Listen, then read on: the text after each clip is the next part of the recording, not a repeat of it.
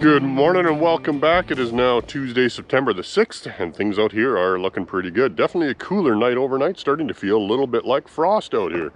So this particular field here I'm in has some swath canola that is getting pretty close to being able to be combined. But right now the discussion this week is going to be more about, okay, the crop's off the field, what do I do now? Well, as you can see in this spot here, this is kind of a dryland corner. We have a pretty bad kochia problem in here. We want to come into some fall rye. So I think we're going to be coming in here with some DB878 and get this all cleaned up. You can see here we have pretty much almost the whole spectrum of weeds. We got a whole bunch of little tiny red root pigweeds right here. We got some buckwheat here. There's a few morning glories kind of mixed in this field here as well. We got roundleaf mallow, still pretty small, but it is coming up. There's lots of bigger ones in the field as well, and of course we have, kochia, which is everywhere because it's southern Alberta. Here in this barley stubble, you can see we got a lot of volunteer barley coming up here, but we also have a lot of volunteer canola because this was canola last year, so now we need to take care of a lot of that volunteer. So the best way to do that is a product that contains 2,4-D or any other active ingredient, usually group 4, is pretty effective on canola. So anything along the lines of Black Hawk or Corex, DB878, lots of these guys, most of our pre-burn options or post-harvest options are very effective on canola.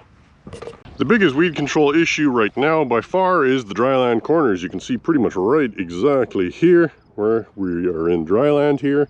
We have a severe kochia problem because spring conditions with poor slow emergence allowed kochia to be extremely competitive with the dryland crops.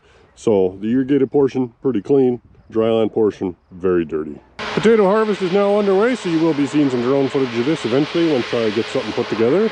Potatoes themselves are looking pretty good. Apparently they've been bulking up pretty well.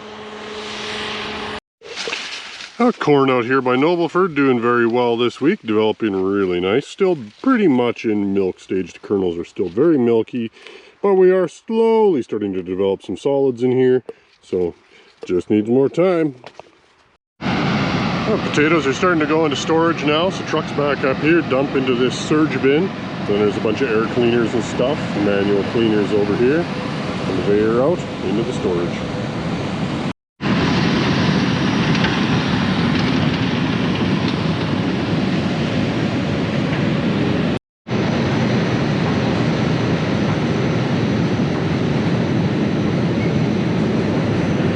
Here's an update on the millet, which is looking very good. We're just starting to reach kind of physiological maturity in some of these guys. So these heads are filled out and are going to start to dry down here relatively soon. Looking pretty good. Here's an example of how the millet seed looks. Pretty neat looking stuff. Oh, with the weather forecast for rain tomorrow, pretty much every harvestable acre is being worked on right now as everybody's in a rush to get it in before it gets wet again. You can see this canola has mostly been combined here, but we do have several standing strips, and that is for crop insurance to come and take a look at. So not sure when they're going to get around to that. I think there's a pretty big backlog, but it'll be interesting to see the results. Well, you can see just how green this barley field is now after harvest. You can really see that if this had been swathed and was laying on the ground, it would be extremely hard to pick up with all this green growth. Now, all this green growth barley is using nutrients and it is using moisture, so there would potentially be a benefit to spraying it out, but you have to balance that with the cost of application, plus the knowledge that right now there is not a whole lot of winter annuals have emerged. There's no stinkweed, no flickweed, no nothing. So if you were to spray now and wipe out all this green barley, you're probably still going to have to spray again later to have clean fields for the spring. So is it really worth the second application just to clean up volunteer barley, knowing that it's going to get killed by frost? Maybe, maybe not. Harvest progress in this barley field is going very slowly. This swath barley had got pounded by about 4 inches of rain.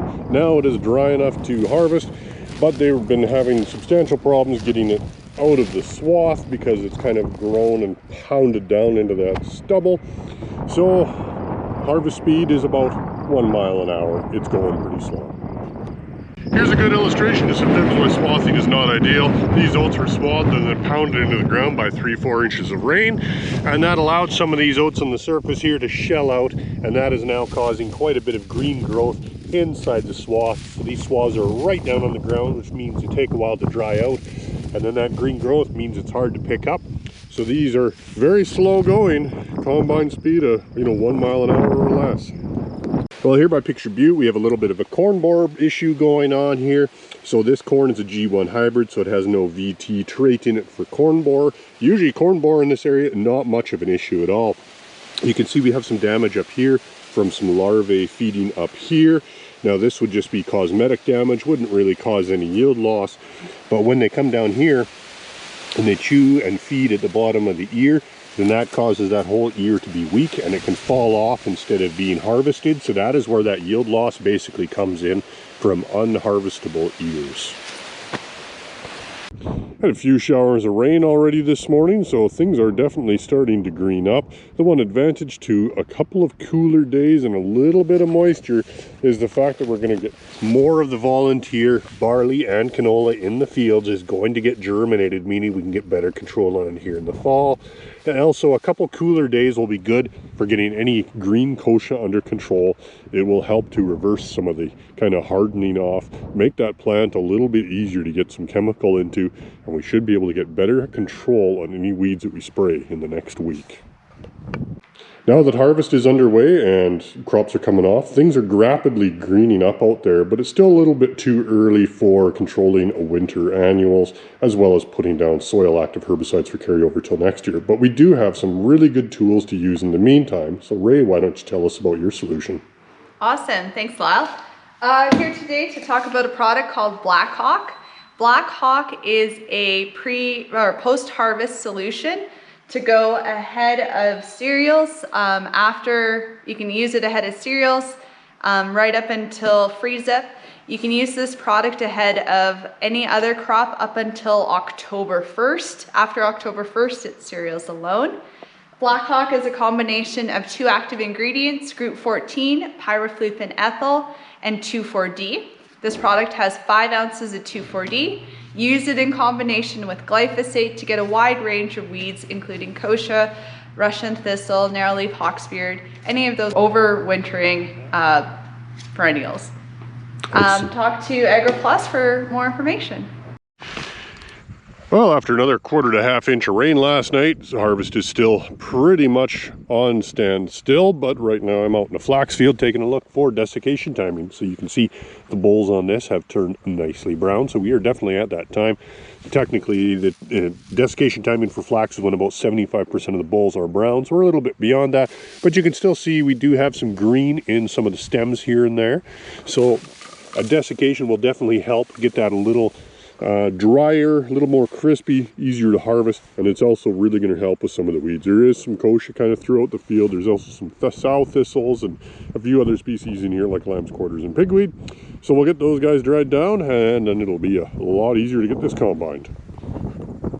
This is my attempt at growing a giant pumpkin this year. This is all one plant here. Right now I just have the one pumpkin on here, and he doesn't look like much at the moment, but he weighs about 50 pounds. This was seed that had come from Atlantic Canada from some record-breaking Canadian pumpkin. So we'll see what it ends up being. I'd be pretty happy if I can get it over 100 pounds.